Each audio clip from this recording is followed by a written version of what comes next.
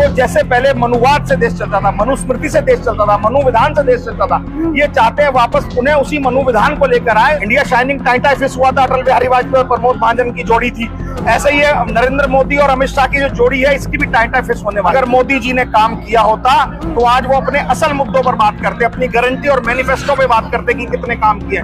लेकिन आज वो मुद्दा क्या लेके आ रहे हैं कि राहुल गांधी मटन क्यों बना रहे हैं, तेजस्वी यादव आपका फिश क्यों कर रही है, कांग्रेस आ जाएगी तो मंगलसूत्र छिद जाएंगे, मुसलमानों को आपके सारे संसाधन बांट दिए जाएंगे, लोग आपकी इनकी सरकार आगे विपक्ष की तो भैंस आपकी चुरा के ले जाएंगे। ये कोई एक प्रधान सेवक की बातें होती है। सरकार ने बार बार वंचितों को धोखा देने के अलावा कोई काम तो किया नहीं है। हमेशा ये संविधान विरोधी बात करते हैं। इनका मकसद केवल जो जैसे पहले मनुवाद से देश चलता था, मनुस्मृति से देश चलता था, मनुविधान से देश चलता था, ये चाहते हैं वापस पुनः उसी मनुविधान को लेकर आए, संविधान बाबा साहब के संविधान को हटाएं। लेकिन यहाँ इस देश के करोड़ों बाबा साहब के जो सच्चे अनुयायी और बाबा साहब के बच्चे हैं, ये बाबा साहब का संविधान ना हम हटने देंगे, ना बटने देंगे, ना इसको खत्म होने देंगे। हम ऐसे ही अडिग खड़े रहेंगे। कह रहे हैं कि ये लोग 4-5 सालों के ये लड़ रहे हैं, हम 47 देख रहे हैं, 2047 तक विकसित राष्ट्र बनाना है। अभी देख लीजिएगा, जैसे इंडिया शाइनिंग इनका हुआ था ना, हाँ। इंडिया शाइनिंग टाइटा फिश हुआ था, अटल बिहारी वाजपेयी और प्रमोद महाजन की जोड़ी थी। ऐसे ही नरेंद्र मोदी और अमित शाह की जो जोड़ी है, इसकी भी टाइटा फिश होने वाली है। आप देखिएगा 2024 में इनकी उल्टी गिनती शुरू हो गई है। जैसा भी योगेंद्र यादव ने बताया, 272 सीट का आंकड़ा भी क्रॉस नहीं कर पा रहे हैं। तो कहीं ना कहीं देश में एक बदलाव की बयार है। आज किसान परेशान है, नौजवान परेशान है, युवा परेशान है, महिला परेशान है, दलित परेशान है, आदिवासी परेशान है। इस देश का 140 करोड़ देश में लगभग 95% लोग परेशान है। गूंज क्या है इस चुनाव में, मुद्दे क्या है, किस मुद्दे की गूंज है? गूंज है संविधान बचाना है, लोकतंत्र बचाना है।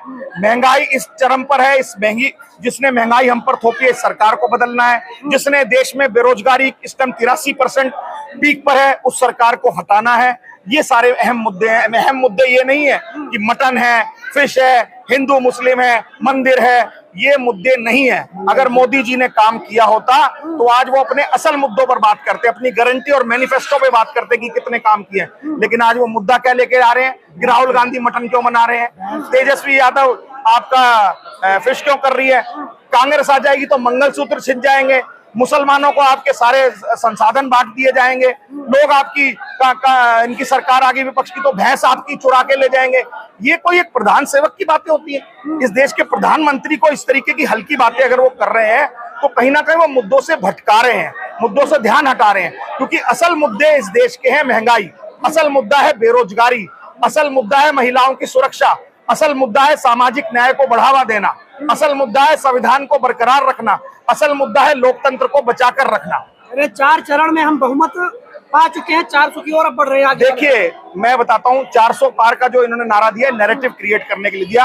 पहले 4 फेसेस में जो चुनाव हुए, उसमें मोदी वाले वोटर जो थे, जो भक्त थे, अंधभक्त, वो 30% से ज्यादा वोट पोल ही नहीं हुआ। ये सारे एनालिसिस और डाटा बाहर निकल कर आ रहा है कि जहां जहां जिन बूथों पर नरेंद्र मोदी और भाजपा बढ़त लेते थे, उन बूथों पर लोग उदासीन हो गए। यानी कि मोदी का वोटर भी जो था वो उदासीन हो गया और वो घर से बाहर ही नहीं निकला।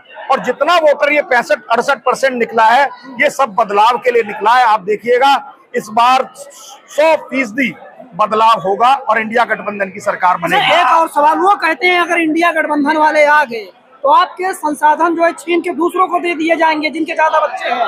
देखिए हम सब अगर बात करें तो इससे पहले 50 साल लगभग कांग्रेस की सरकार रही एंड यूपीए की सरकार रही। हमारी कौन सी उन्होंने भैंस चुरा ली, हमारी कौन सा उन्होंने मंगलसूत्र छीन लिया। और मंगलसूत्र पर वो बात कर रहे हैं जिन्होंने अपनी खुद ब्याहता मंगलसूत्र वाली पत्नी को छोड़ दिया। पर्सनल जा रहे हैं। पर्सनल क्या जा रहे हैं, तो वो भी तो पर्सनल जा रहे हैं। वो इस देश की इतने बड़े अखिलियतों को कह रहे हैं कि मुसलमानों को तुम्हारे अधिकार लिए छीन ले जाएंगे, 4 बच्चे जो पैदा करते हैं तुम्हारे घरों में घुस जाएंगे। क्या इलेक्शन कमीशन को ये दिख नहीं रहा कि एक देश का प्रधानमंत्री किस तरीके से एक धर्म को टारगेट कर रहा है, किस तरीके से एक समाज को टारगेट कर रहा है? तो हम सब इन मुद्दों को लेकर जनता अवेयर है। और आप जैसे जो चैनल्स हैं उनके माध्यम से लोगों ने टीवी देखना बंद कर दिया है। जो इनके 4-5 चैनल हैं जिनको मोदी जी इंटरव्यू दे रहे हैं, मोदी जी आम कैसे खाते हो, मोदी जी खाना कैसे खाते हो, मोदी जी गाना कैसे गाते हो, ये इस देश के पत्रकारों का सवाल पूछने का नजरिया रह गया है। आज सत्ता की आंखों में आंखें डालकर सवाल पूछने चाहिए, लेकिन मीडिया विपक्ष से ही सवाल कर रहा है जो विपक्ष में 10 साल से।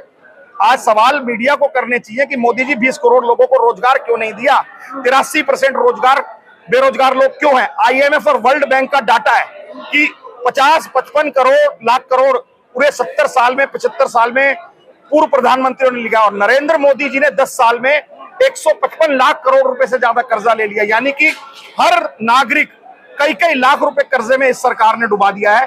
इस सरकार ने अर्थव्यवस्था का बंटाधार कर दिया है, GST और इनकम टैक्स के माध्यम से लोगों को करों के बोझ के नीचे दबा दिया है। तो कोई भी व्यक्ति इस देश का इस सरकार से त्रस्त और ग्रस्त है। त्रस्त और ग्रस्त है। तो